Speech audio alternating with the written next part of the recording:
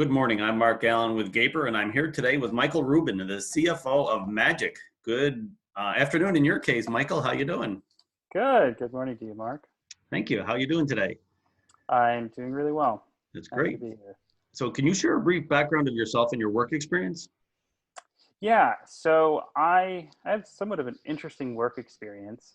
I've never really held a real job. Kind of graduated college and tried not to get a job and started a couple small internet companies with the help of some college friends. And over time, we split up directly after college and then kind of came back together and started um, living and working together, kind of selling web hosting on the internet, doing a couple different affiliate businesses. And after a number of years of doing that, we decided to move to the Bay Area and start like a real startup.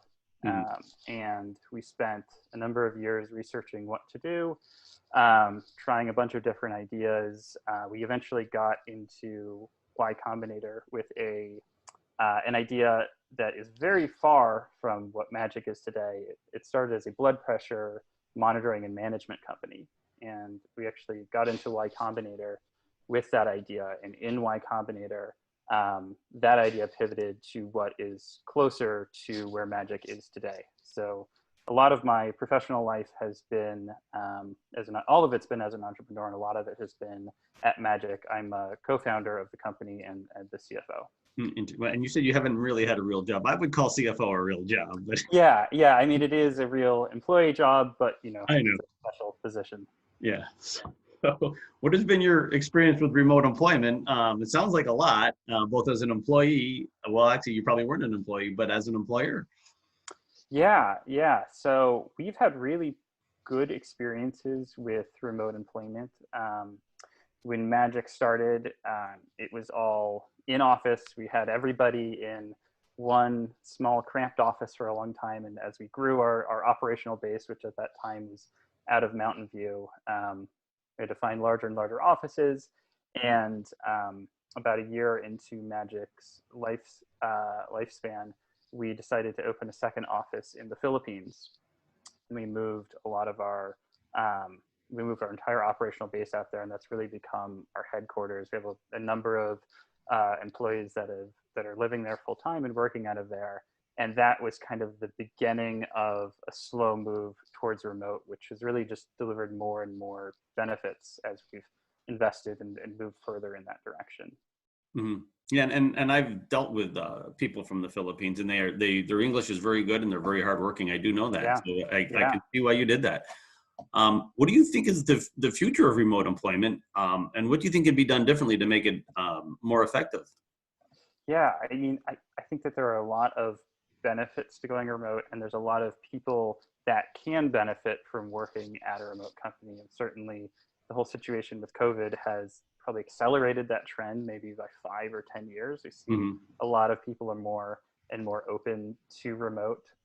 One of the most interesting trends we've noticed at Magic is, one of our big focuses is offering services to businesses, kind of augmenting their current labor force. And one of the big objections we used to see was, well, I want people in my office, and I don't know if this remote thing. And now that everybody's remote, we don't see that objection anymore. Hmm. Um, so that being said, there are definitely downsides to remote, and I don't think I can't imagine a world where everybody is 100% remote. I think there's a lot of people that want to be in office and benefit from that constant one-on-one, one-to-many interpersonal um, interactions. But I can imagine a world where there's a lot more remote in it. Um, Yeah, no, I agree. Since you have spent time in the Bay Area, I can tell you since everyone's gone remote, the traffic is so much better here. yeah, that's been amazing. I mean, I've enjoyed my bike rides a lot more. yeah, Yeah, I can imagine. Actually, if you're familiar with the San Mateo Bridge, there's no longer a backup on the San Mateo Bridge in the afternoon wow. or in the That's mornings. perfect. Yeah, So, what is the story behind Magic? We've talked about it a little bit, but yeah. what do you actually do, and who is your target audience? Yeah, so at the base level, we're a task fulfillment engine for busy business leaders. And really doing things on the operational side of the company. So, we help with sales, we help with general administrative tasks, recruiting, customer service. Anywhere there's gaps in your labor force, we can fill those gaps. Places where you're getting a sudden influx and need to bring people on board really quickly, we can come in there and really take over business processes and run those remotely at a high quality for a low price. So basically operations, back office Yeah. operations, right? Yeah. Interesting. So how did you incorporate the idea of remote at your company? I mean, I assume you started out as two different offices, correct? But how did that evolve? Yeah, so the move to the Philippines was the initial spark there. And actually, I was a big champion within the company because at the time, I was living in San Jose and we had an office in San Francisco, and I was on the train for like 4 hours a day. And so I was starting to push, maybe I could stay at home a few days a week and not waste all this time on the train. But really what happened was we would have meetings at weird times and we'd need to be collaborating across, large expanses. And it slowly made more and more sense that people would start moving remote. And when it became clear that this was a trend and we wanted to lean into it, one of the first things we did was quickly switch the company to be a remote first company. So while people could still be in the office, we wanted to make sure that all of our meetings were remote first meetings, meaning that there weren't, a couple people in a conference room and then a couple people called in. Because what you see there is the people that call in, inevitably they're like the second class citizens of the meeting. It's hard to speak up. So if there's a meeting and there's remote people, everybody is, at their desk on, we actually use Google Meet, which I think makes us a little rarer than everybody's on Zoom these days. But, everybody's on their Google Meet in their office. And so we were able to bring people onto the same level so that if you wanted to be more remote, you could do that. But at the time, there wasn't a requirement that you go remote. And then slowly over time, everybody that was in the US in our San Francisco office went more and more remote to the point that we were able to close down that office. And then slowly people in our Philippines office that at least weren't involved in the fulfillment, they started going remote as well. And it organically spread kind of that way. So what % of your workforce now is remote, would you say? So we're now 100% remote. Oh. The COVID accelerated that. We were close to being 100% remote beforehand. So it wasn't a big shift like I've seen at a lot of other companies. But it was like the final nail in the coffin around having an office. And do you foresee you'll be closing down the office in the Philippines? Yeah, we have.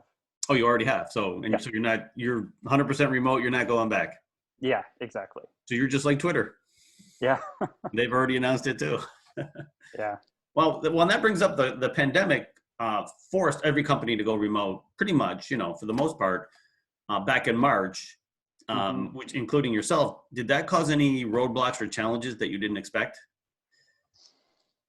Not really. Like I said, we were 90% of the way there when it hit. And so we just kind of did the next 10%. Actually, completely incidental to that pandemic.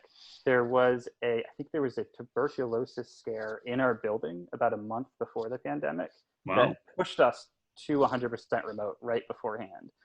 So we hit those last challenges, and it was just simple things like, people not having computers at home and needing to work out our computer rental arrangement to send those things home, and putting new practices in place that helped teams work together better. Just those final things actually came in place right before the pandemic. So the pandemic itself was almost non-disruptive to our company in terms of people going remote. Wow, that's impressive, because not every company can say that. Yeah, we've had it relatively easy in that regard. Yes. So, I mean, we're in a similar industry. There's companies like Gaper and companies like yourself. We basically do the same thing, just from a different angle. You know, we help build and scale products, especially for startups. You help startups and other companies do the same thing, but on the back end side, right? Yep. So On the operational end. yeah. So how important do you think? I mean, obviously, you must think this is important since you're doing it. Where do you see this going in the future? Yeah, I think that now that more and more companies are going remote, I think it's so much easier for them to embrace services like Gaper and like Magic. Um, the like I said, the large difference of, well, I want someone in an office, I want to be able to watch them working. How do I know they're producing results? A lot of companies are getting over those roadblocks ahead of time, so we're not running into those objections to the service. And so plugging into a service like a Magic or like a Gaper, you can start to get a lot of the benefits without a lot of the downsides that you used to have of, well, it's weird to plug this remote workforce into my company. Now it's just like any other employee that might be working there. So it's a much simpler onboarding to get a lot of the benefits that you can offer around, you know, like scalability and quality and reliability and things like that. Mm-hmm. Yeah, I agree. I think this model is going to be here for a while. Yeah, I think we're in an interesting spot in the market, and you know, we're optimistic about the future. Yeah, I've talked to a number of CEOs that before COVID said no way, and now they're like, you know what, this Right. isn't so bad, and you know, we don't have the cost of an office now, which is a Yeah. big savings for a lot of companies. Mm-hmm. So, well, Michael, I want to thank you for your time today. It's been great talking to you. Basically in similar industries, so we have a lot of synergies there. And I want to wish you a great day. Yeah, it was great to talk, Mark. All right, talk to you later. Okay. Yeah. Bye.